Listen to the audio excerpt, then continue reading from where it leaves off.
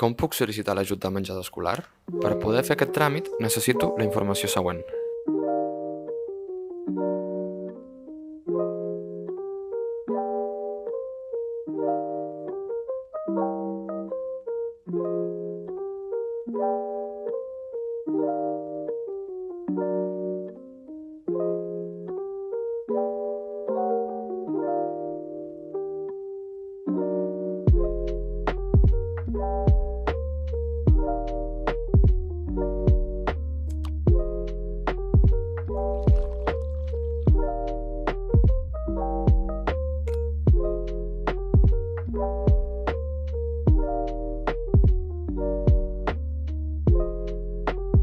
Anem al web del Consell Comarcal de l'Alt Penedès. Haurem de clicar sobre l'opció Serveis. Un cop a dins, buscarem la pestanya d'Ensenyament. I clicarem a sobre.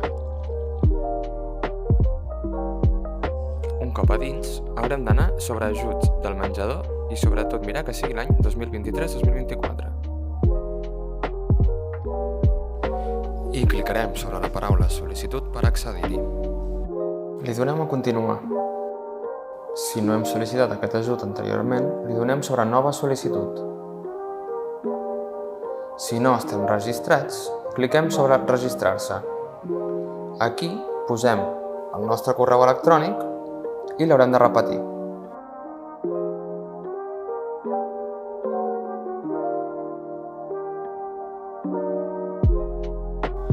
També haurem de posar una contrasenya que ens en recordem, ja que en cas de no poder acabar la sol·licitud, la podrem reprendre més tard.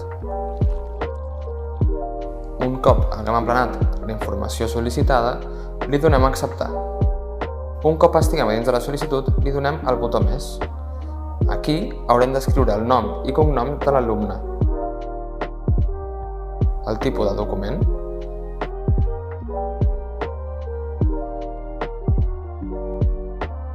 el codi d'ALU de l'alumne, el centre escolar, el tipus d'ensenyament i el nivell que cursarà en l'any 2023-2024. Hauré també d'assenyalar en cas que en tingui el grau de discapacitat. En cas de separació, hauré d'indicar si hi ha custòdia compartida, si hi ha una pensió d'aliments i la quantitat d'euros que reu l'any. Clicaré sobre gravar. Hauré de repetir aquest procés per cada alumne del qual demano l'ajut. Seguidament hauré d'introduir tots els membres de la unitat familiar, excepte els alumnes pels quals demano l'ajut i que ja he afegit en el pas anterior: pare, mare, tutor, tutora legal, germans menors de 25 anys, avi, àvia, etc. En cas de divorci o separació, el nou cònjuge del pare o de la mare que convisquin al domicili.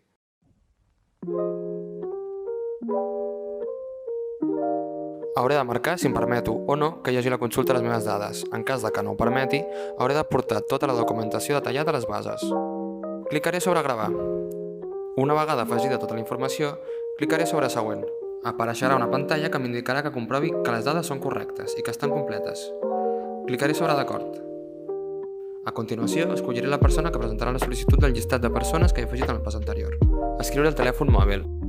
L'hauré d'escriure 2 vegades. El municipi on estic empadronada, l'adreça del meu domicili i el codi postal sortirà automàticament. Hauré d'especificar si algú de la unitat familiar rep un ajut de lloguer i, en cas afirmatiu, quina persona del desplegable que m'apareixerà rep l'ajut al lloguer. En cas d'acolliment d'infants, hauré de clicar sobre l'opció sí, i si és família extensa o aliena. En cas de tenir rendiments no contributius, hauré de clicar sobre l'opció sí. Més endavant, hauré de pujar la documentació que ho demostri. Hauré d'especificar si la distància de l'escola al domicili és superior a 3 quilòmetres. Més endavant, hauré de pujar la documentació que ho demostri.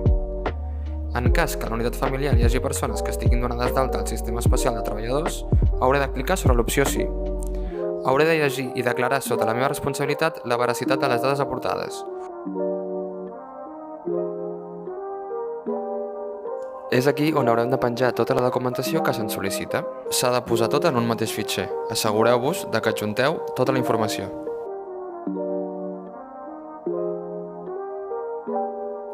Clicaré sobre tancar la sessió. Aniré al meu correu electrònic. Obriré el correu que he rebut i clicaré sobre accedir al document. Se m'obrirà una finestra i clicaré sobre començar. Revisaré la sol·licitud i quan acabi clicaré sobre signar. Rebré un SMS amb un codi que hauré d'introduir a la pantalla. Clicaré sobre Signar. S'obrirà una pantalla i hauré de signar sobre el quadre gris. Si estic fent la sol·licitud des d'un dispositiu mòbil, hauré de posar el telèfon horitzontal per tal de poder visualitzar el quadre gris. Signaré el document i clicaré sobre Finalitzar. Un cop firmat, m'apareixerà un missatge conforme el meu document s'ha signat correctament. Rebré un correu electrònic de confirmació de presentació de la sol·licitud.